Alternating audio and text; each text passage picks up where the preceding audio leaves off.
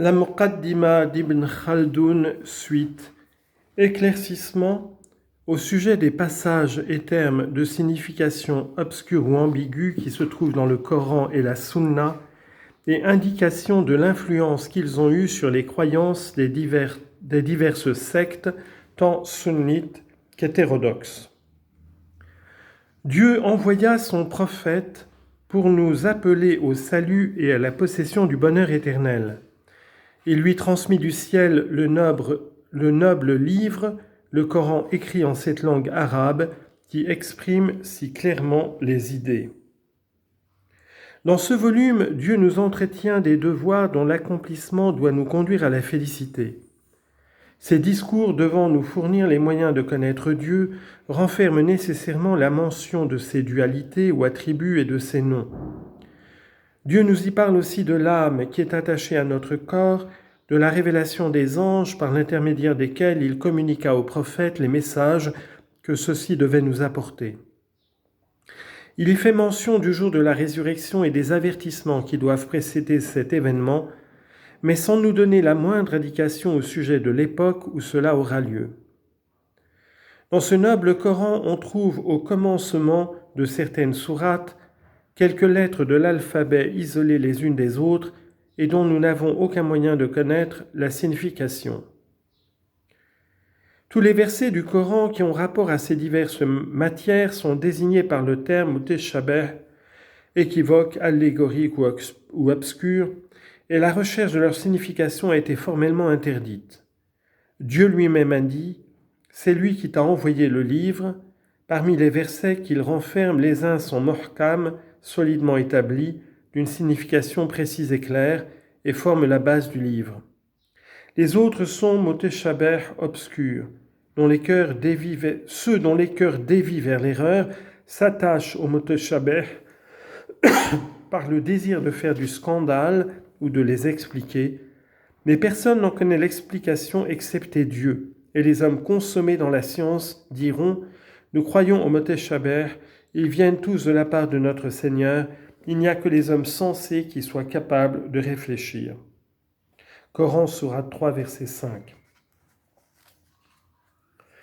Les savants d'entre les premiers musulmans, c'est-à-dire les compagnons du prophète et leurs disciples, ont entendu par le mot muhkam les versets dont le sens est clair et dont les indications sont positives.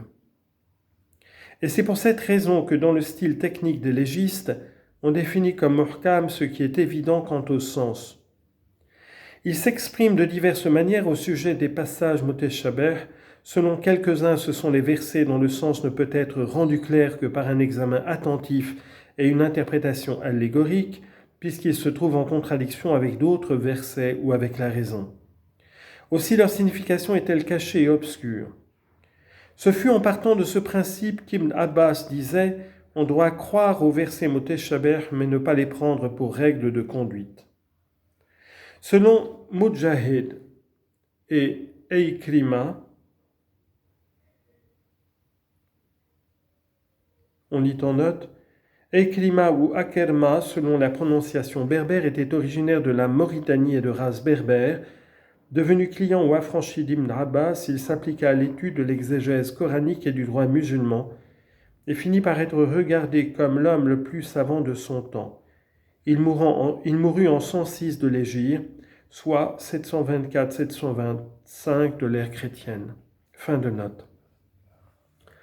Tous les versets du Coran, excepté ceux qui sont muhkam et ceux qui forment des narrations, sont mutashabih, et telle fut aussi l'opinion d'Abu Bakr el-Bakilani et de l'imam el-Harmain.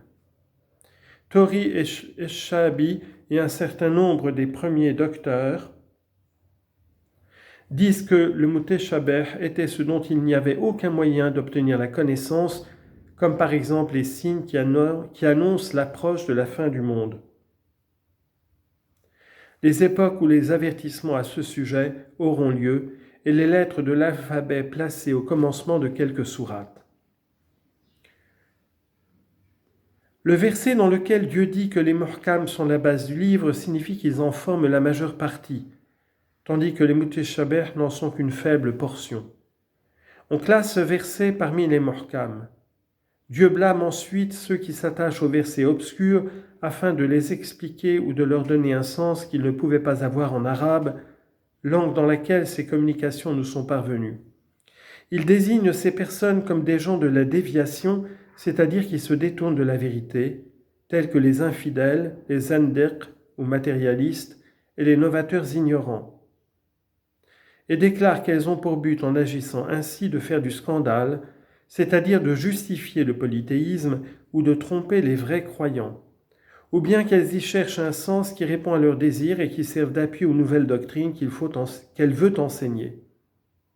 Il dit ensuite, gloire soit à lui, qui se réserve à lui-même l'interprétation de ces versets et que lui seul en connaît la signification.